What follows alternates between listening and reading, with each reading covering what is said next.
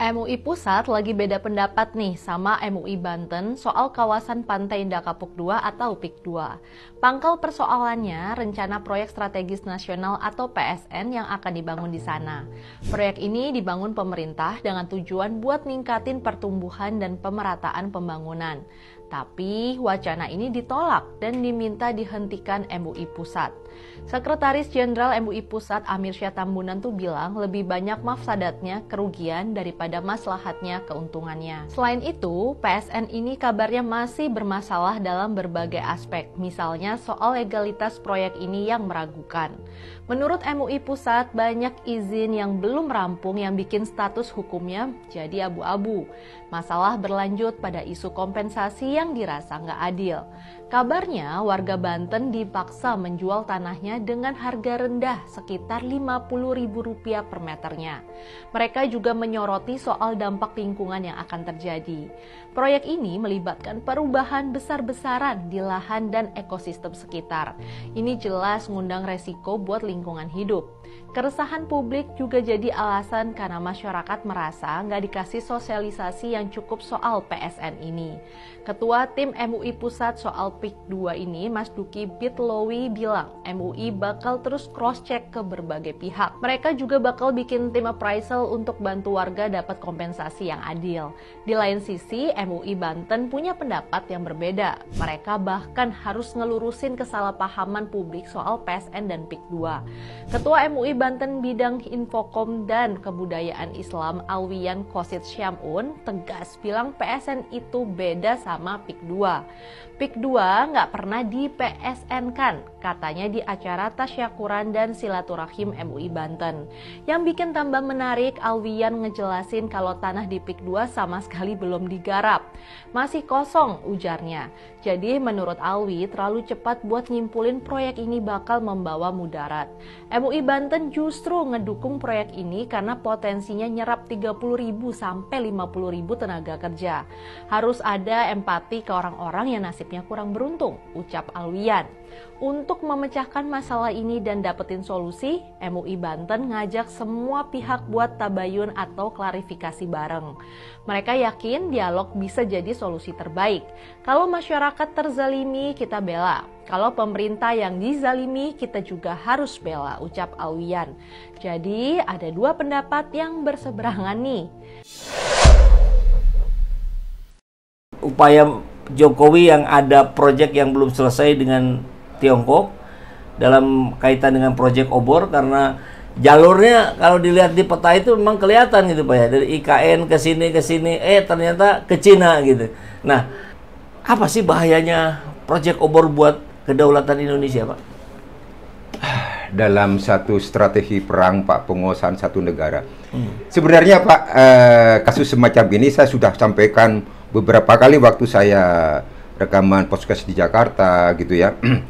Bahwa semulai Pak Harto turun ya 98 Pak ya. 98. Kita sudah dimasuki oleh perang asimetris. Namanya perang asimetris. Jadi setelah Perang Dunia Kedua, untuk menguasai satu negara tidak bisa dilakukan dengan militer di depan. Dapat cemoohan orang, anak negara orang gitu. Maka dilakukanlah modelnya adalah perang asimetris. Perang asimetris. Nah, perang asimetris itu negara yang akan diduduki itu dimasukkan Pak oleh segala macam hal yang intinya sampai dikuasai. Bidang apa saja? Ideologi, politik, ekonomi, sosial, budaya. Semua. Nah, keamanannya, tentaranya belakangan. Nah, ini. Kita sudah masuk di situ, Pak. Ya. Gitu ya. Nah, mari kita lihat, mereka mulai Pak Harto turun, itu masuk secara TSM kata orang sekarang. Terstruktur, sistematis, masif. Nah, mari kita lihat nanti bagaimana susunan aturan-aturan hukum yang berlaku, ya, yang dikeluarkan oleh pemerintah dan DPR. Sudah mulai tidak berpihak, begitu Pak ya. Terus masalah agama, wah khususnya kita orang Islam Pak. Ya. Aduh, diaduk-aduk ke orang bikin kopi Pak. Ya kan gitu ya. Nah, saya hanya mengingatkan kepada, ya maaf gitu ya, agama lain, saya hanya bicara agama saya Islam begitu ya. Bahwa mulai dari Badan Usaha Persiapan Kemerdekaan itu adalah mayoritas tokoh Islam, Pak. Ya, untuk sampai kepada panitia persiapan kemerdekaan. Kan gitu, Pak ya. Sampai keluarlah Piagam Jakarta dan kesiapannya. 7 kata harus dihilangkan karena dari agama lain tidak sepakat, kan begitu. Akhirnya diganti dengan Yang Maha Esa. Pak, itu tokoh Islam, Pak. Mampu mempersatukan Sabang Merauke. Kan begitu ya. Nah, sekarang yang orang-orang Islam sendiri, tokoh-tokoh Islam, apakah sudah melakukan seperti itu? Ini pertanyaannya, Pak. Nah, harusnya kan mencontoh orang tua kita, senior kita. Nah, semua kita pernah mengatakan bahwa Indonesia merdeka, peran Islam sangat besar. Iya, karena sebagai agama yang mayoritas. Kan gitu. Kita lihat perang Surabaya, gitu Pak ya. Setelah 1745, Belanda kan tidak mengakui kita, Pak. Iya. Yang saya tahu, Pak ya, kalau kita 17-an di istana itu sampai 2005 kalau tidak salah, Belanda tidak ikut, Pak, di dalam upacara. Katanya kata-kata Belanda, kamu de facto iya merdeka, tapi di jure belum. Nah, baru kalau tidak salah 2005 atau 2006 mereka baru ngikut. Karena mereka mengatakan Indonesia merdeka 49 kan. Nah, itulah terjadinya perang Surabaya. Kenapa saya ceritakan perang Surabaya? Saya ingin memberikan contoh bahwa tokoh-tokoh Islam itu punya peran pada republik ini.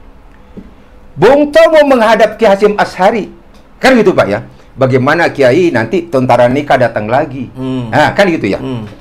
Setelah melakukan koordinasi Ki Hasyim Asy'ari dengan tokoh ulama yang lain, maka memerintahkan kepada Bung Tomo untuk melakukan perlawanan, ya kan gitu ya. Muncullah bahasa Ki Hasyim Asy'ari, fardu ain. Siapapun yang dengar, siapapun yang bisa masuk Surabaya harus ikut berperang, sehingga 2 jenderal bisa terbunuh oleh arek-arek Surabaya. Nah, ini kan peranan Islam, peranan tokoh Islam. Nah, di dalam PIK 2, saya agak bingung, Pak. Ada yang, oh setuju katanya gitu ya. Ada yang tidak katanya gitu ya. Tolonglah ini menjadi panutan, menjadi apa namanya tokoh bangsa itu bisa memberikan satu pencerahan yang baik. Bukan hanya, oh ini bisa nanti tenaga kerja. Pak, omong tenaga kerja, Pak, dari zamannya 2014 tenaga kerja, Pak. Tapi kebanyakan nggak ada kan, Pak, begitu ya. Tolong, maksud saya kepada umat Islam, jangan lupa, Pak. Ya, saya bukan ustadz, Pak Syiful ya. Apalagi kiai kan begitu ya. Tapi kalau baca di surat Yasin pada ayat yang terakhir, Fasubhanalladzi biyadihi malakutu kulli syai'in wa ilaihi turja'un. Maha suci Allah, kekuasaan tertinggi ada di Allah. Gitu ya.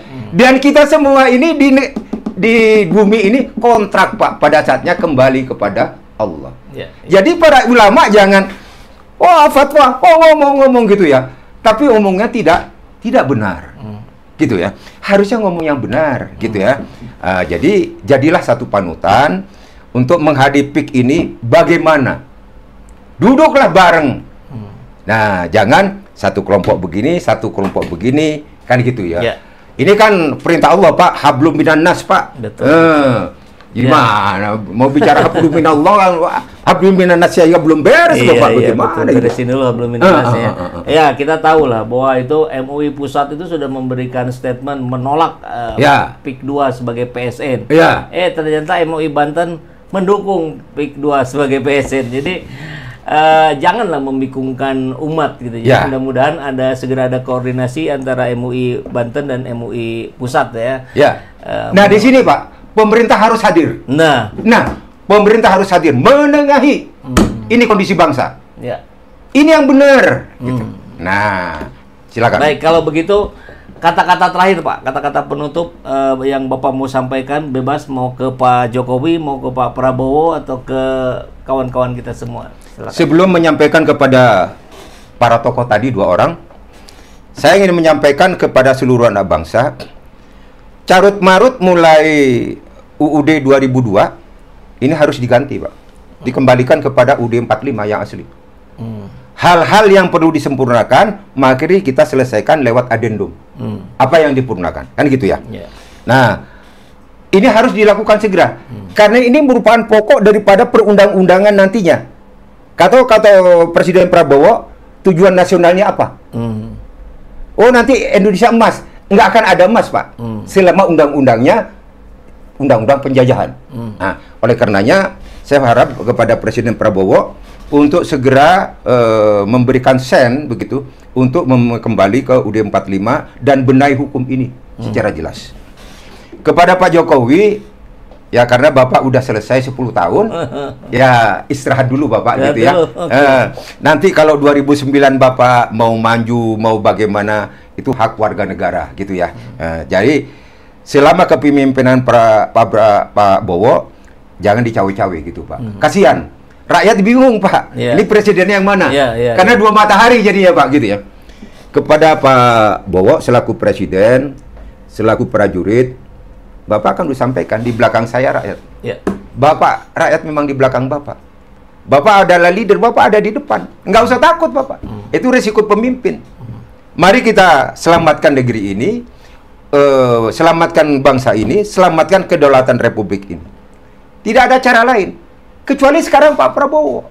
Nah, tapi kalau Pak Prabowo masih setengah-setengah, wah, ini bisa jadi Andalusia Pak nanti. Nangis darah juga nggak akan bisa apa-apa lagi Pak. Begitu Republik ini Pak nanti pecah, tidak Sabang Merauke lagi yang berlaku, bisa hanya Jakarta, hanya pada Sunda gitu Pak ya. Semua akan muncul ini Bapak. Ini bom waktu yang selalu saya katakan. Kebijakan Presiden Jokowi selama 10 tahun banyak hal-hal yang menimbulkan bom waktu. Termasuk PIK 2 ini adalah bom waktu. Belum yang lain-lain Bapak. Nah, oleh karenanya Pak Prabowo harus tegas. Mau lanjut atau tidak kebijakan tadi, Bapak harus perhatikan. Lebih baik kata orang gitu Pak ya, lebih baik makan dulu Pak. Makan dulu. Daripada bangun rumah Pak. Ya, rumahnya mewah tapi nggak makan kan nggak ada gunanya Bapak. Bapak mau pakai mobil apapun, Hammer pakai apapun, tapi Bapak nggak bisa makan buat apa Bapak?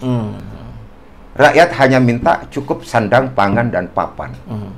Tidak punya berlebihan. Rakyat itu tidak minta, wah mobil saya harus bersih. Nggak ada. Nah, mari kita berikan hak-hak mereka secara baik. Jangan sampai mereka mengambil sikap sendiri. Nah, kan Pak Prabowo pernah ngomong, mari kita benahi kita, katanya gitu ya, nggak paratnya. Jangan sampai rakyat yang membenahi kita. Nah, mari Pak kita buktikan.